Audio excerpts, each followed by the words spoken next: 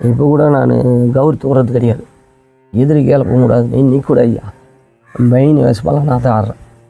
ஒரு கர்ணனோ guest வேஷமோ தருமரோ குறவஞ்சோ case சாமத்தில் பனி பண்ணோம் அரவாங்காடு பெல்ல நாக்கண்ணி வில்லு வளர்ப்பு துரோபதை பாஞ்சாலம் ஆடிட்டு துரோபதி ஆடிக்கிறேன். ஐயாவுக்கு தெரியும், பாஞ்சாலம் ஆடிட்டு வில்லு வளர்ப்பு துரோபதி ஆடிக்கிறேன். இன்னைக்கு கூட நான் அந்த கஷ்டமாக இன்னும் உறது கிடையாது, மற்றவங்களை கூட்டக்காடு கொத்து கிடையாது, நமக்கு பேர் வரணும் அப்படின்ட்டா இன்னைக்கு கூட ஆடினாங்க.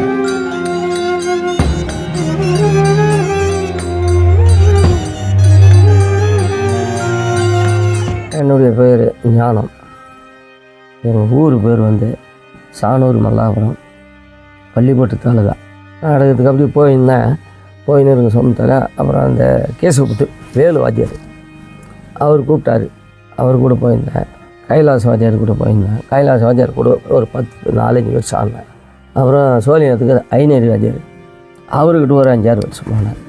அப்புறம் என்ன பண்ணேன், நானே இப்போ தனியாக கம்பெனி ஆரம்பித்து எதையானாலும் முடிஞ்ச இல்லையோ ஆளுங்களை போட்டுனேன். இப்போ ஒரு 10-12 வருஷமாக தனியாக நான் கம்பெனி ஓட்டினேன் செய்துங்கிறேன். இதுதான் என் தொழில். இப்போ வர நாடகமெல்லாம் நிறைய ஆகி போச்சு, கம்பெனி உற்பத்தி ஆகி போச்சு. ஆனால் சில பேர் இல்லை பையாள் அந்த ஆள் தான் நமக்கு தேவை அப்படின்னு நம்மளுக்கு விருப்பப்பட்டு கொடுக்குறாங்க. போய் சொல்லுங்க, 10 ரூபாய் சம்பாதிக்க போகிறோம், கஷ்டம் வந்தாக்கா வாங்குறது நேரத்துக்கு கூட ஒரு காரணம் மாட்டோம். வாத்தியார் தான் ஆடணும் காரணம்னாங்க. நான் எங்கள் பையனும் விளாட்னேன், இல்லை வாத்தியார் தான் ஆடணுன்னாங்க, நானே தான் ஆடினேன். கட்சியில் இந்த அளவுக்கு ஆடுற ஆளே அவனுக்கு கிடையாது, அறியாத பசங்க வயசானா கூட இந்த அளவுக்கு ஆடுறாரு அப்படின்னு இப்போ கூட நல்ல பேர் தான் ஏற்றுங்கிற ஐயா. எல்லாம் மெயின் வேஷமெல்லாம் ஆடுவாங்க கூட. துரியோதரன் கர்ணன் தருமரு எல்லாம் மெயின் வேஷம் ஆடுவோம். நாங்கள் வந்து 16 பேர் இருக்கிறோம் ஐயா. 16 பேர், 4 லேடிஸ் வேஷத்துக்கு, மிச்சம் ஆம்பளை வேஷத்துக்கு நடிகர். வேலை செட்டுக்கு வரும் 3 பேர்.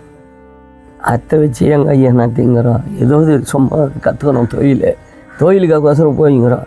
அதெல்லாம் வச்சு குடும்பம் நடத்த முடியாது. ஏதோ செலவுக்கு வர செலவு போக செலவுக்கு தான், வேறு ஒன்றும் இல்லை. அன்றாடம் எங்களுக்கு இது ஐயா இப்போது சும்மா தாங்கிறோம். ஒரு 3 மாதம் இந்த சித்திரை வைகாசி ஆடி அது போனால் சும்மா தான் வீட்டில் தான் இருக்கணும். தொழில் இருந்தால் போவேன், இல்லைனா கிடையாது. வேறு தொழிலுக்கு போகிறதே கிடையாது. அதுக்கு முன்னெல்லாம் போயிருந்தேன் வேலைங்களுக்கு, விவசாய வேலைக்கு. இப்போ நான் போகிறது கிடையாது. எனக்கு மெயினாக நான் ஆடி இருந்தது முன்னெல்லாம் லேடிஸ் வேஷம் தான், லேடிஸ் வேஷம்.